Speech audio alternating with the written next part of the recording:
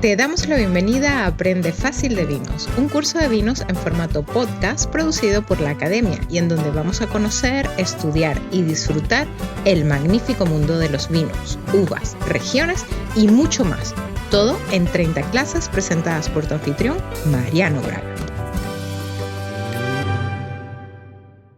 26, episodio 26 de Aprende Fácil de Vinos y te doy la bienvenida a un nuevo capítulo, una nueva clase de este curso en video podcast que desarrollamos en la Academia, mi plataforma de educación virtual. Y yo soy Mariano Braga, tu anfitrión, quien te estoy llevando de la mano a recorrer este magnífico mundo de los vinos, en donde ya estamos metidísimos dentro del cuarto bloque, en donde estamos hablando de cuestiones de sommelería. Estuvimos charlando un poco sobre la cata de vinos, hablamos de críticos de vinos y ahora vamos a hablar de la guarda de vinos. Uno de los temas ásperos, uno de los temas que siempre despierta como ciertas suspicacias. ¿Por qué? Porque la mayor parte de los bebedores cereales tenemos puesto dentro de nuestra cabeza la idea de que todos los vinos mejoran con el tiempo. Acá vamos a aprender fácil de vino, vamos a ir desde las bases. Y es muy probable que si vos te estás adentrando dentro del mundo de los vinos, porque quizás si ya me seguís a mí o si conocés un poco más en profundidad, es probable que sepas que no todos los vinos mejoran con el paso del tiempo, sino que la mayor parte de los vinos con el paso del tiempo se nos hacen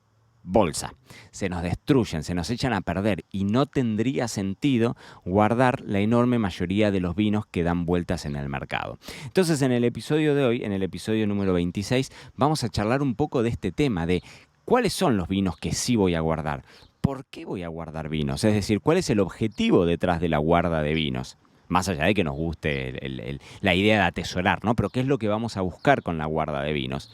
Y vamos a hablar de dónde guardarlos y de algunas herramientas que nos van a servir para no meter la pata, porque creo yo que no hay nada que pueda ser más triste para el consumidor, no hay nada que pueda ser más angustiante para el bebedor cereal que guardar durante años un vino que cuando lo vamos a descorchar está malo, está feo, tiene algún defecto y peor, cuando ese defecto viene de parte de una responsabilidad nuestra de no haberlo sabido guardar o haberlo guardado cuando no lo tendríamos que haber guardado o haberlo guardado en un mal lugar.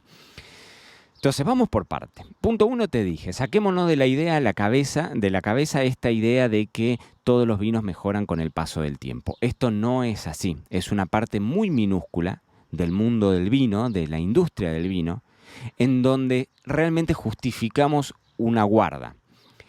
Pasa lo siguiente, hay una tradición, yo me acuerdo en algún momento en un episodio del podcast de Mucho Ruido, Muchas Nueces, que fue mi primera incursión con el podcast, mucho antes de Me lo dijo Braga el podcast, lo podés encontrar si lo escuchás en Spotify, en Apple Podcast o en Google Podcast, pones Mucho Ruido, Muchas Nueces y esa fue un ciclo de entrevistas, fue una temporada de 6 entrevistas que hicimos a distintos referentes de la industria del vino en el mundo.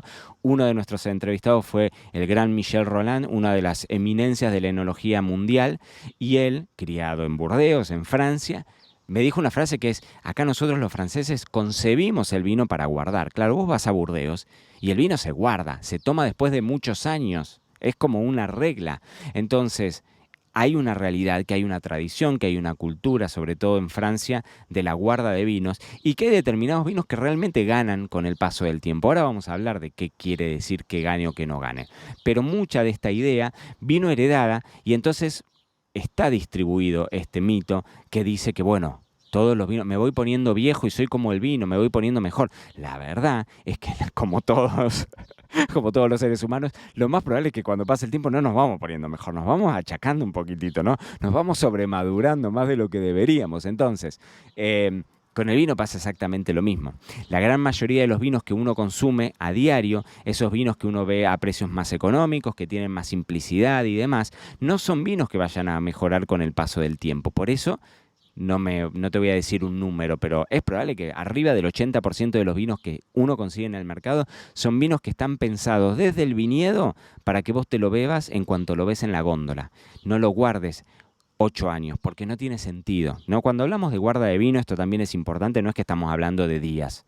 Si vos vas al supermercado y lo compras y lo guardaste 3 semanas en tu casa, no es que el vino se te va a echar a perder. Si lo guardaste 5 meses, no es que el vino se te va a echar a perder. Si lo guardaste 3 años y no era un vino para guardarlo y no tuviste una buena condición de guarda, ahí ya empieza a cambiar de a poquitito el mundo de la guarda.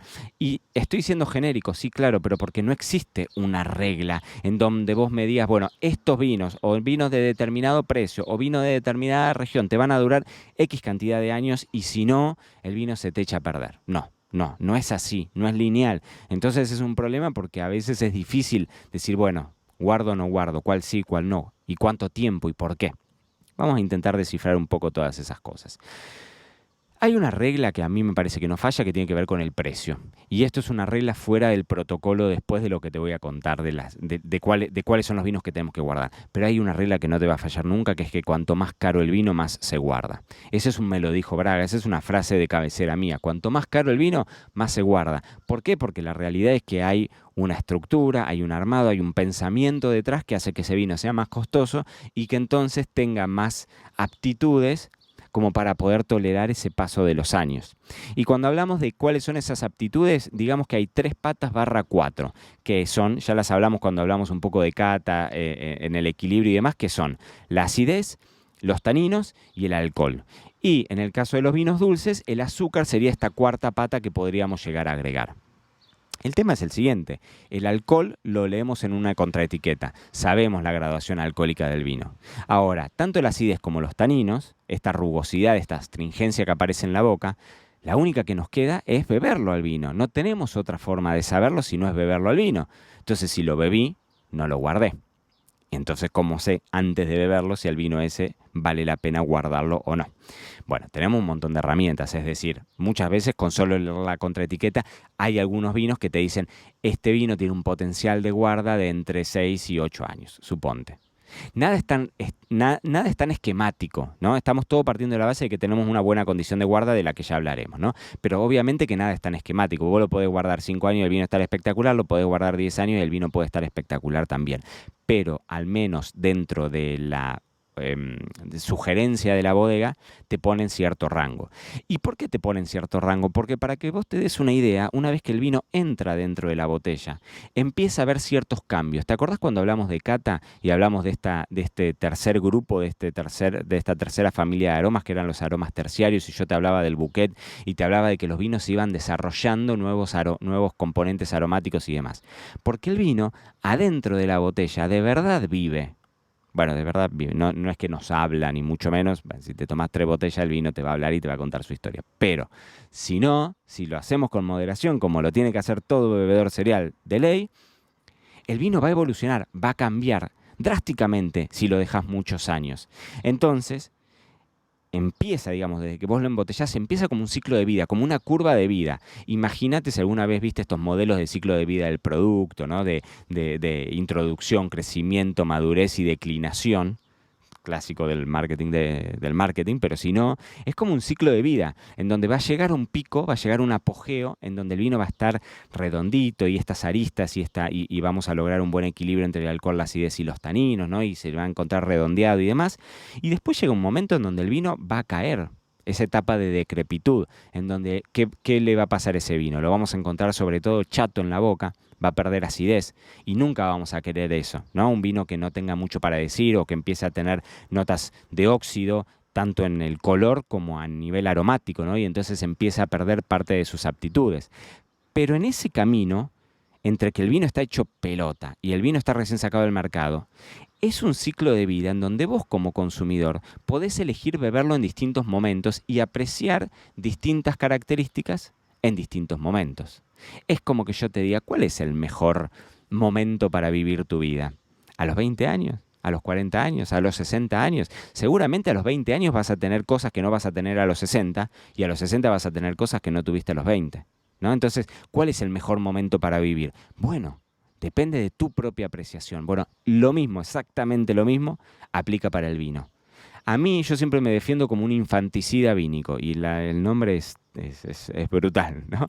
Pero a mí me gusta mucho probar vinos que están pensados para la guarda, me gusta probarlos relativamente jóvenes, porque yo creo, pero esto es una pura apreciación mía, que a medida que va pasando el tiempo, todos los vinos terminan teniendo muchos puntos en común.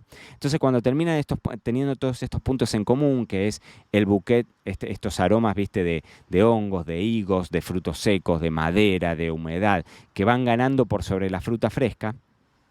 Bueno, a mí ese estilo me gusta hasta cierto punto, pero no me gusta el vino extremadamente viejo. Y te digo que he probado vino de 100 y pico de años, es decir, tengo el paladar que te puede decir, al menos en mi visión, cómo se siente un vino de una forma o cómo se siente un vino de otra forma. Entonces, es mi elección. Pero quizás a vos te encanta probar los vinos viejos. Y está muy bien que así sea, porque eso va a la pura apreciación propia. Y por eso es que es tan importante conocer lo que nos gusta o no. Por eso es tan importante la cata, por eso es tan importante entender qué es lo que vamos a esperar de un vino viejo. Entonces, ¿qué vamos a esperar de un vino viejo? Esto, un color más oxidado. Seguramente vamos a encontrar estas notas más oxidadas también en nariz, este bouquet que se desarrolle con todas estas notas aromáticas que te decía. Y en la boca, el vino también muchas veces se va a ir apagando. En el mundo de los maridajes yo siempre le llamo son los antimaridajes, es decir, son vinos que a mí me gusta disfrutarlos solos, pero que no le podés poner un bife de chorizo, una entraña con papas fritas, porque seguramente va a ser demasiada información para ese vino que hace tantos años quizás está cerrado adentro de la botella y está esperando un momento más de introspección que de comértelo con el guiso de lentejas. Pero si te gusta con el guiso de lentejas, está maravilloso. Acordate que acá lo primero y lo único que vamos a defender siempre todos los bebedores cereales es que cada uno lo disfrute y lo entienda como tiene ganas de disfrutarlo y de entenderlo. Entonces, ¿guardar el vino siempre conviene? Bueno, no necesariamente. Voy a tomar un poco de agua con su permiso. Ahora sí, perdón, pero tenía la garganta seca de tanto hablar. Entonces, esto sí es una cuestión que va a depender de tu paladar como bebedor cereal y por eso es interesante que vos descubras qué es lo que más te gusta, descubras ese gusto personal, ese paladar. Otra cosa tiene que ver con las condiciones de guarda, que es lo que vamos a buscar al momento de guardar un vino, porque muchas veces los grandes errores que se cometen son cuando guardamos un vino que quizás está hecho para guardarse porque tiene su alcohol alto, su acidez alta, sus taninos bien marcados y entonces el tiempo va a ir menguando y va a ir redondeando todas esas aristas, pero no tenemos un buen lugar. Entonces lo terminamos dejando en la cocina, en esos anaqueles que están arriba de la heladera que diseña el arquitecto genialmente, pero que el arquitecto tiene un criterio maravilloso para el diseño, pero no para la guarda de vino. Y entonces lo pusiste en la cocina y prendiste el horno y la cocina hace un calor tremendo en pleno verano en donde vos vivís, pero después en invierno te fuiste 20 días de vacaciones y apagaste todo y la cocina estaba congelada.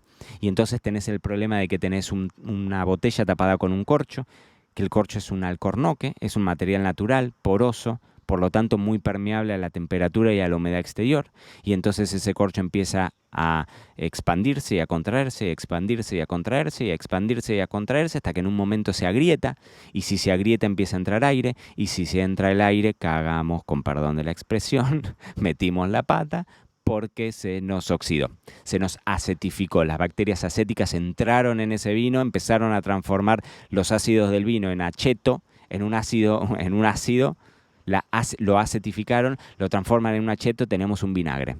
Se nos picó el vino. Y una vez que se te picó el vino, lamento decirte que no tenemos otra más que tirarlo al fregadero. No hay otra. Entonces, necesitaríamos un lugar con buenas condiciones de guarda. ¿Cuáles son las buenas condiciones de guarda? Punto 1. El vino es muy fotosensible, es muy sensible a la luz, sobre todo las botellas que vienen transparentes, porque cuanto más oscura la botella, más va a ayudar a la guarda de vino. Este es un tip para que tengas en cuenta al momento de ir a comprar un vino. Los vinos con botella transparente en general están hechos para que te los tomes rápido y los vinos, inclusive vinos blancos con botellas mucho más oscuras, están pensadas para que sean vinos de mayor, digamos, potencial de guarda, ¿no? Entonces un lugar oscuro sería lo ideal para que no se nos oxide a nivel visual. Un lugar, no necesariamente que sea un lugar súper frío o en un lugar súper caliente. Lo ideal sería si tenemos un sótano. Por eso siempre todo el mundo habla del sótano. ¿Por qué? Porque el sótano es un lugar en donde más o menos la temperatura la podés tener estable entre 14 y 16 grados. Lo podés tener estable en todo el año.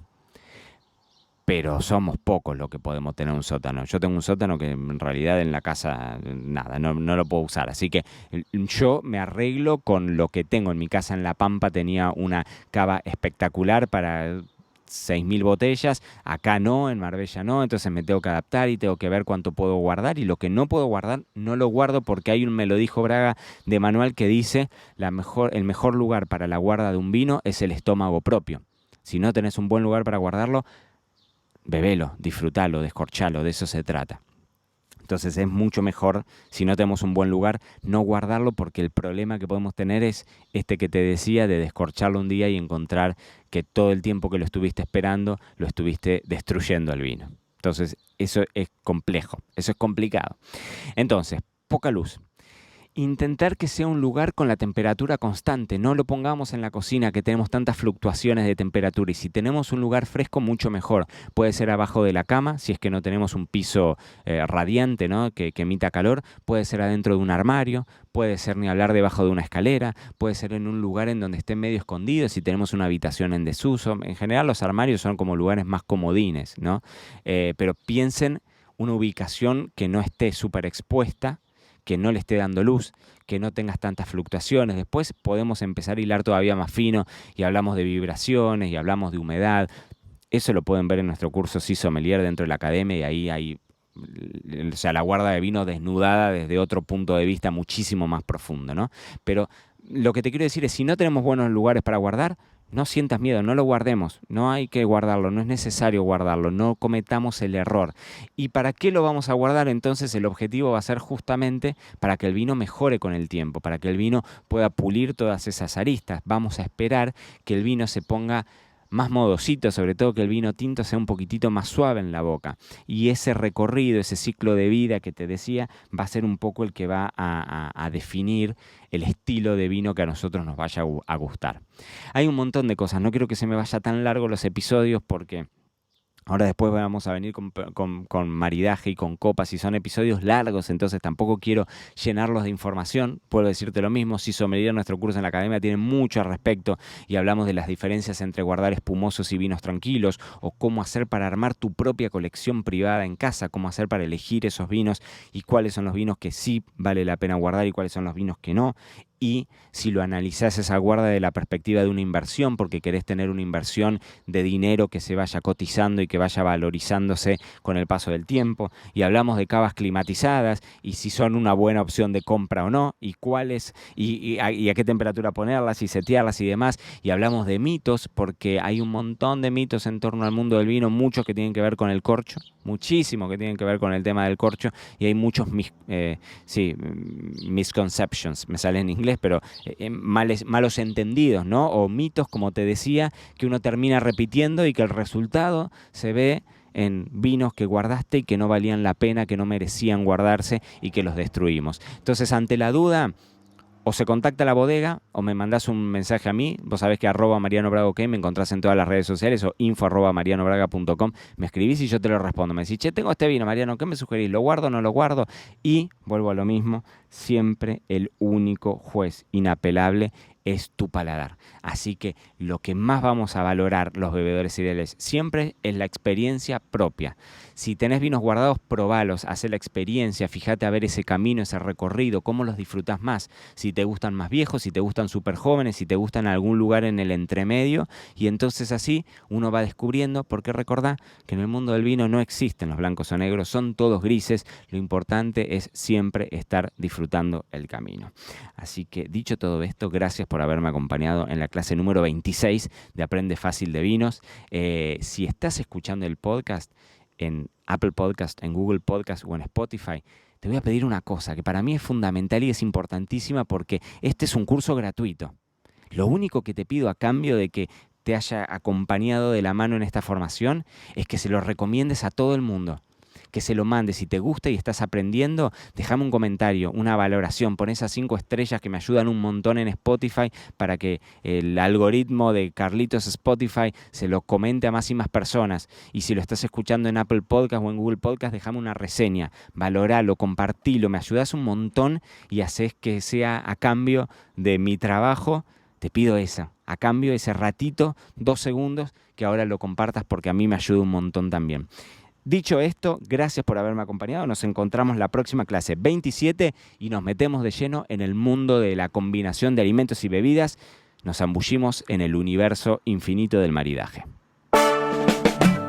Gracias por acompañarnos en este episodio de Aprende Fácil de Vinos con Mariano Braga. No olvides valorar y suscribirte y recuerda que siempre te estamos esperando en marianobraga.com/academia para aprender, divertirte y llevar tus conocimientos del vino hacia el siguiente nivel. Ahí nos vemos.